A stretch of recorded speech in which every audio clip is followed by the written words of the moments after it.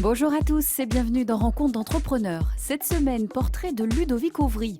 Après une expérience dans la fabrication de tissus de protection dans le domaine spatial, cet ingénieur textile se lance en 2003 dans les équipements de protection individuelle NRBCE, nucléaire, radiologique, biologique, chimique et explosif. L'entreprise Auvry a développé en 15 ans un portefeuille client de référence, le GIGN, les pompiers de Paris et autres institutions militaires et civiles françaises et étrangères. Récit de cette aventure 100% Made in France au siège de l'entreprise basée à Vèze.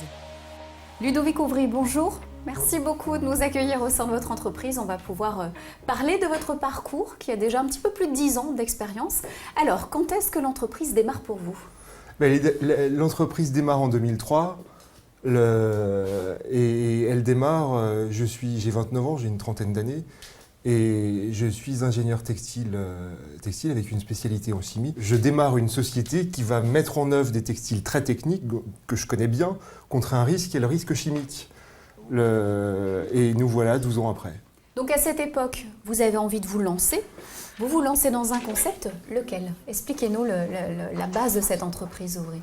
On se lance même plus que dans un concept, on se lance sur un segment, une niche de marché, comme on dit, qui est la protection individuelle NRBC contre ces risques chimiques, contre les armes de destruction massive. C'était l'époque de Saddam Hussein, il faut se rappeler, Saddam Hussein qui avait remis au jour le risque NRBC. Qui avait 10 ans puisque l'événement précédent était l'attentat au gaz sarin à Tokyo en 1995. Quels sont les chiffres clés aujourd'hui de l'entreprise ? Parlez-moi d'Auvry aujourd'hui en 2016. Auvry en 2016, c'est une société qui est toujours en croissance. Nous allons chercher des nouveaux relais de croissance toujours sur notre marché de niche et de la protection individuelle NRBC, avec notamment le lancement et l'ouverture de cet atelier en face du siège pour fabriquer des masques à gaz, qui est un nouveau challenge. Le chiffre d'affaires aujourd'hui va être de l'ordre de 6 millions en 2015, avec une quinzaine de personnes ici au siège, et un écosystème qui va occuper en équivalent temps plein 50 personnes en France. Où sont vos clients aujourd'hui ? Nos clients sont essentiellement dans le monde de la défense, comme vous pouvez le constater autour de nous.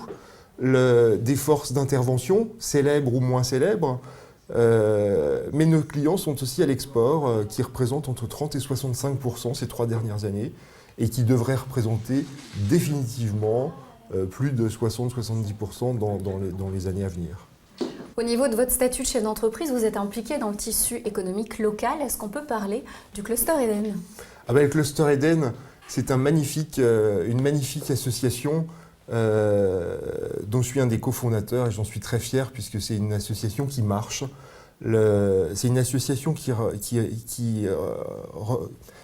regroupe 150 PME du monde de la défense et de la sécurité pour chasser en meute ensemble à l'export. On parlait de l'export, donc être finalement plus efficace à l'export, pour innover ensemble.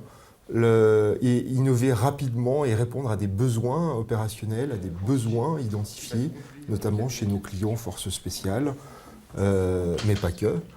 Et le Cluster Eden, c'est aussi la convivialité, c'est aussi le partage d'expériences entre chefs d'entreprise. Qu'est-ce qui vous plaît le plus dans votre quotidien de chef d'entreprise ? C'est de fédérer des énergies autour d'un projet, c'est vraiment mettre en place des stratégies, c'est l'innovation. C'est vos clients. Qu'est-ce que... Je dirais c'est un petit peu tout. On ne peut pas dire que la stratégie, je me désintéresse de la stratégie. Alors pour adresser des marchés très militaires, la stratégie, la tactique, le déploiement d'une tactique, sont des mots qui résonnent. L'innovation évidemment, puisque vous avez en face de vous un ingénieur qui passe, paraît-il, trop de temps, dixit son commissaire aux comptes, sur des affaires d'innovation et de recherche et développement.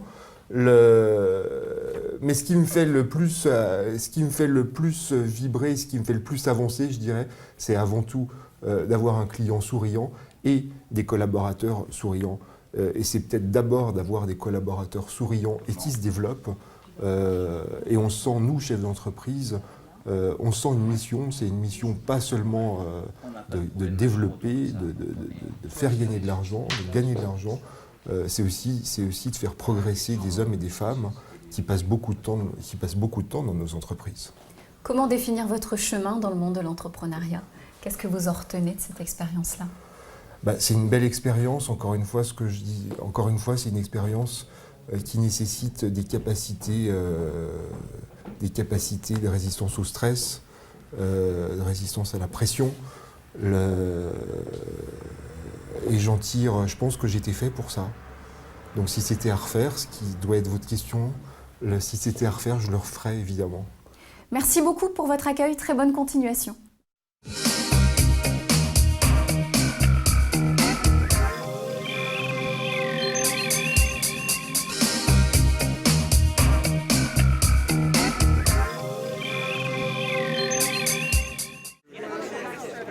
Rencontre d'entrepreneurs vous a été présentée par le CIC, parce que le monde bouge.